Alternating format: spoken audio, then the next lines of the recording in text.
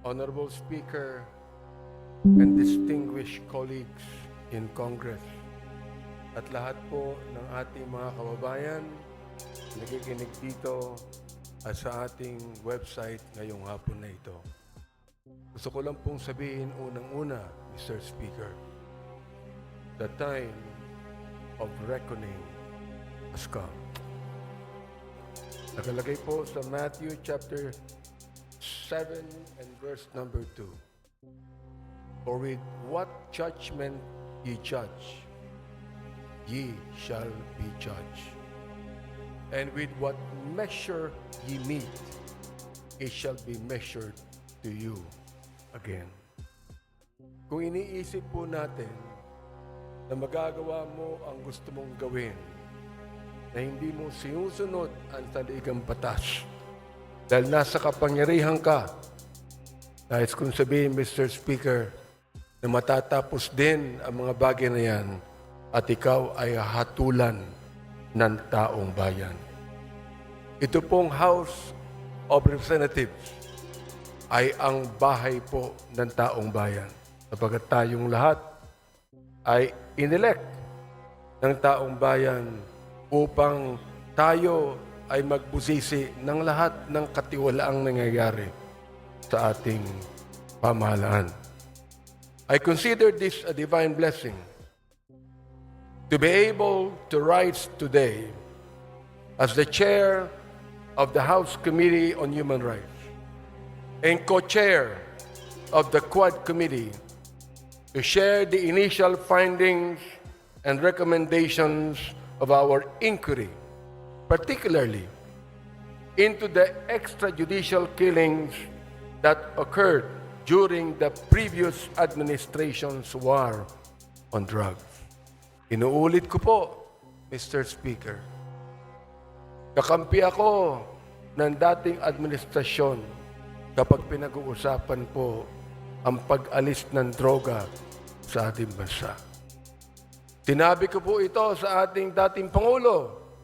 Ang hindi ko lang maintindihan kung bakit kinakailangan merong mapatay na more than 30,000 people upang mawala ang drugs na ito. Nawala ba ang drugs?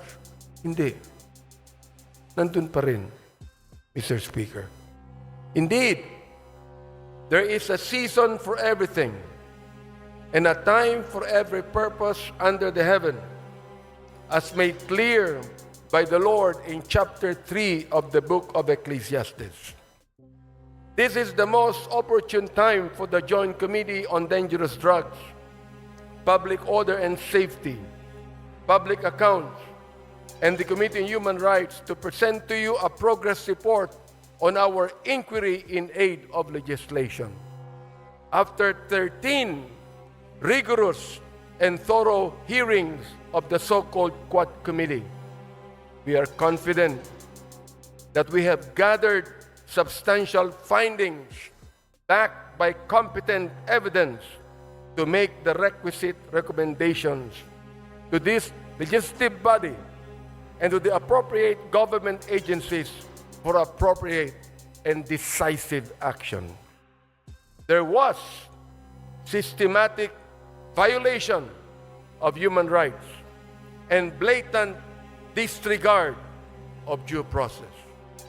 The deep probe into the extrajudicial killings, or AGKs, that occurred during the administration of former President Rodrigo Roa Duterte's war on drugs yielded a far deeper tragedy into the lives of the Filipino people rather than the protection and preservation thereof that it was heralded to accomplish. The numbers, Mr. Speaker and my dear colleagues, speak the scary truth. According to data from the Philippine National Police from July 1, 2016 to June 30 of 2022, 7,640 individuals were killed in official police operations. Of these documented deaths, 7,173 were drug pushers, 440 were drug users, that should have been rehabilitated, not killed. And only 21 were drug lords. Mr. Speaker, from as far back as May 15, 2024, when my committee started digging into the EJ case, we had been presented with multiple reports indicating that there had been massive nationwide drug-related killings within the period July 2016 to June 2022. The killings were classified either as police operations or perpetrated by unknown perpetrators, which is no different from the Sinaloa type of killings in Latin America, which were notorious at the time, the drug cartel in Latin America. The 2017 year-end accomplishment report of the Duterte administration highlighted as key accomplishments, my dear Speaker, the deaths of 3,967 drug personalities and 16,355 homicide cases under investigation as of 30 September 2017. The PNP reported that there was a total of 7,640 illegal drug suspects who died in police operations, 2,053 of which were recorded in the first 6 months of the Duterte presidency from July to December 2016.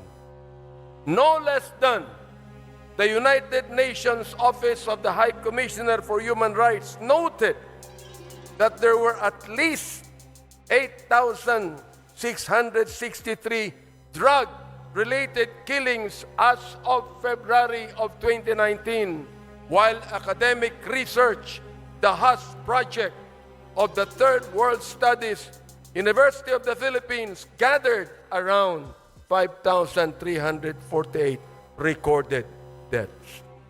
The Free Legal Assistance Group cited unassailable data in a Supreme Court and bank extended resolution that indicated that the Duterte administration's anti-drug war from July 1, 2016 to November 27, 2017 recorded a staggering total of 20,322 deaths, or a daily average of 39.46 deaths. Mr. Speaker and my dear colleagues, was the war on drugs truly aimed at dismantling the drug syndicates and put an end to this illegal and immoral trade?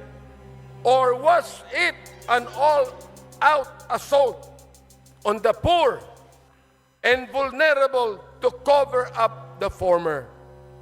Gusto ba talaga nitong durugin ang mga drug lords at ang illegal drug industry? O durugin lamang ang mga mahihirap upang pagtakpan ang mga may kinalaman o kaugnayan sa problemang ito? Clearly, the war on drugs, while touted as the formidable solution to the country's drug menace, had resulted in the systematic violation of our constitutional rights to life, human dignity, and due process. Ang sagradong buhay na tanging bigay ng poong may kapal ay hindi kailanman dapat pawiin ng sinuman. Ang sabi po ng Diyos, "Thou shalt not kill." But the war on drugs resonated a policy of kill, kill, kill. As the former president has always said, shoot them dead. The role of leadership in a culture of impunity. How did we get here? Paano ito nangyari? one cannot look at all the evidence and not come to this credible and undeniable conclusion that former President Rodrigo Roa Duterte's public pronouncements encouraged, facilitated, and normalized the killings and emboldened some of our policemen who are supposed to be the protectors of the people to carry out the same. His release of unverified narco lists further exacerbated the violence as individuals were targeted based on flawed, inconsistent, and malicious information. Isa sa mga biktima nito, si former Iloilo City Mayor Jed Patrick Mabilog. In 2014, then Mayor Mabilog was named as I quote, top 5 best and outstanding mayors in the world.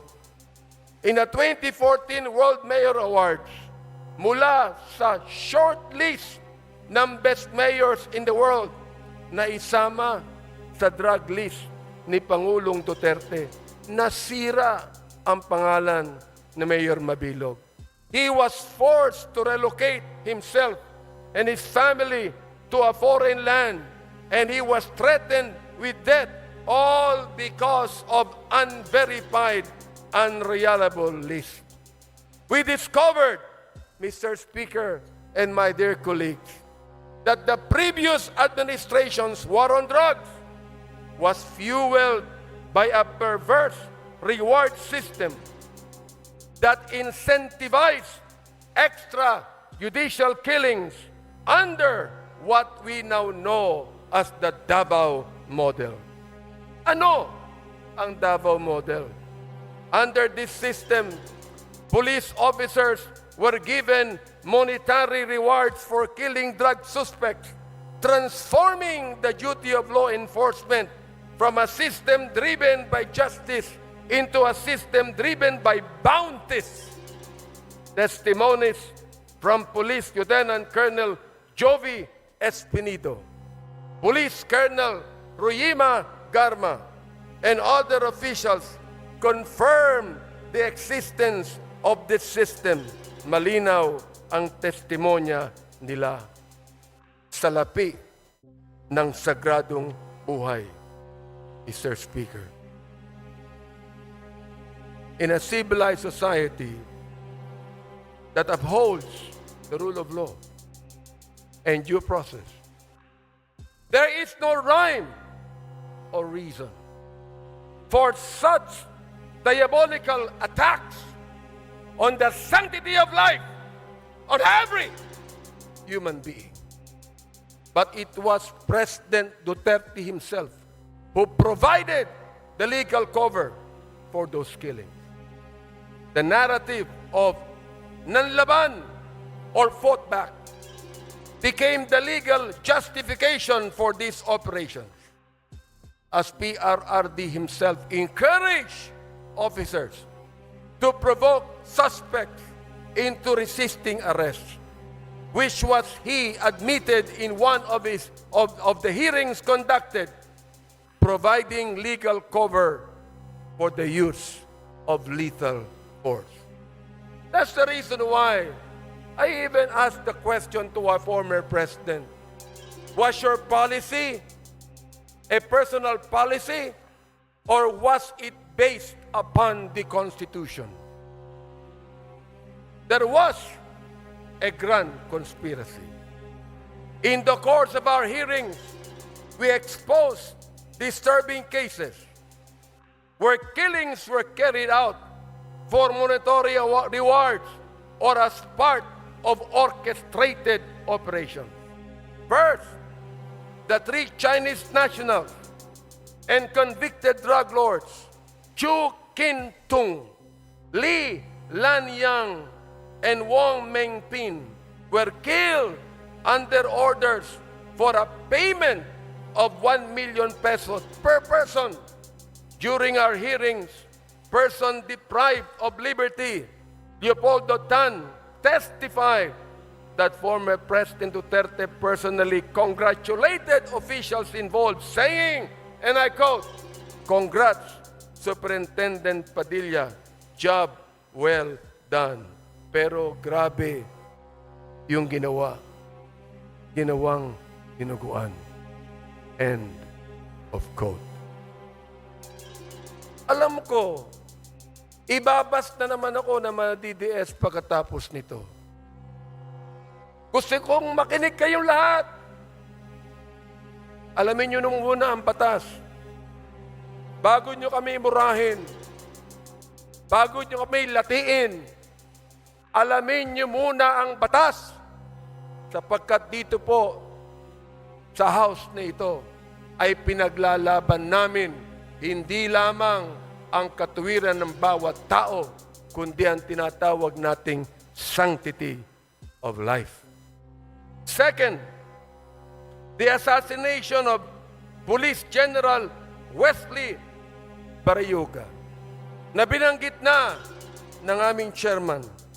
Witnesses testify that Barayuga was killed under instructions from police officials with a reward of 300,000 pesos given for his murder. Police Colonel Grijaldo, na kinontempo namin sa aming last Quadcom hearing. Nandito po siya ngayon. Maaaring narinig niya. Anong ginawa niya nung siya ang Chief of Police ng Mandaluyong City? Nang general na ito ay pinatay doon sa Mandaluyong, walang police report, walang investigation report, walang ginawa ang Chief of Police na ito. Siya ba'y tinanggal sa pagiging Chief of Police? Hindi, mga kaibigan. Samantalang yan palagi ang SOP ng Philippine National Police. We heard testimony that revealed that police officers had killed quotas and were rewarded for complying with them. Police Lieutenant Colonel Espinido detailed that a 20,000 peso reward was paid per kill. Yan po ang kanyang statement. Our investigation also unearthed cases where the drug war served as a tool to eliminate competition among drug syndicates. Witnesses such as Mr. Kerwin Espinosa and former police officials SPO3 Artunio Las Cañas and Police Colonel Eduardo Acerto revealed the dark reality of a policy that prioritized kill, kill, kill over jail, jail, jail. Mr. Speaker, more data reveal how every effort was made to ensure that those involved in these killings were spared from the consequences of their action. Of the over 8,351 deaths, the PNP's Internal Affairs Service reported that 99.17% of cases resulted in the exoneration of police officers. Just imagine. Of the 32,803 policemen charged for operations, only 30 were dismissed. These numbers expose a justice system that failed the victims and their families. Out of all this bloodshed, ano naman ang naging impact sa paggamit ng droga? Mr. Speaker, the Dangerous Drugs Board admitted that the drug war resulted in only a slight decline in drug use. The figure of 4 million drug users that former President Duterte cited at the start of his term had no verified basis. Sinabi pa niya na itong si Adolf Hitler pumatay ng 3 milyon ng mga Hudyo. Mali pa ang sinabi niya. 6 million po ang napatay niya. Kaya dapat patayin ang 3 milyon ng mga drug pushers. Ganun po ba ang dapat katuwiran ng isang Pangulo ng isang democratic country? Hindi po tayo terorista. Hindi tayo komunista. Hindi tayo diktadorya. Tayo po ay demokrasya. Mr. Speaker, as a result of this hearing, we filed House Bill number 10986, an act classifying and penalizing extrajudicial killings as a heinous crime, providing reparation for the victims, and strengthening the mechanism for its prevention. This bill, otherwise known as the Anti-Extrajudicial Killing Act, defines extrajudicial killing as any killing other than that imposed by the state pursuant to the provisions of the Constitution on heinous crimes, or a deliberate and arbitrary killing of any person not authorized by a previous judgment pronounced by a competent court, committed by a public officer, personal authority, agent of a personal authority, or any person who is acting under the actual or apparent authority of the state. Under this measure, extrajudicial killing is classified as a heinous crime, punishable by life imprisonment, monetary reparation between 250,000 pesos to 500,000 pesos, as well as a non-monetary reparation will be granted to victims and their families to be determined by the extrajudicial killing claims board proposed under the bill. Sana po maging batas na po ito. Next, we recommend the passage of a death in custody or under Police Operations Act. This will institutionalize official recording and reporting of deaths during police operations in custody with mandatory annual reports as submitted to Congress, DOJ, and the CHR. The establishment of a national interagency investigative body, an independent agency tasked to investigate EJKs and the other human rights abuses committed by state and non-state actors. The creation of an independent international affairs service that is autonomous to ensure accountability free from the PNP influence. We also recommend the filing of appropriate charges against officials responsible for these atrocities. We recommend that cases be filed under Section 6, Crimes Against Humanity, under the International Humanitarian Law, Republic Act 9851, against former President Rodrigo Roa Duterte, Senator Ronald Bato de la Rosa, former PNP Chief Oscar David Albayalde, and former PNP Chief De Bolsinas, among others.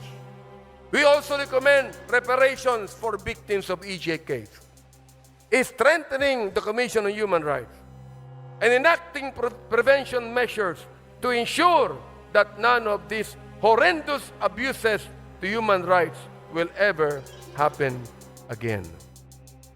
Mga kababayan, as stewards of justice and as the representatives of our people, it is our moral and sacred duty to hold the perpetrators accountable and to uphold the value of every human life. Nais ko sang sabihin sa inyo na ang distrito ko po ay drug-free. Pero walang napatay. Kahit isa. Pwede naman pala eh. Pwede naman pala na ang isang syudad, ang isang bayan, ang isang distrito, pwedeng mawala ang drugs na hindi mo kinakailangan pumatay. Mga kaibigan, my dear speaker, my dear colleagues, I know that this is a season of giving, love, and forgiveness. And may this also be a season of healing, but never giving up on justice and truth. Maraming salamat po at maligayang Pasko sa inyong lahat.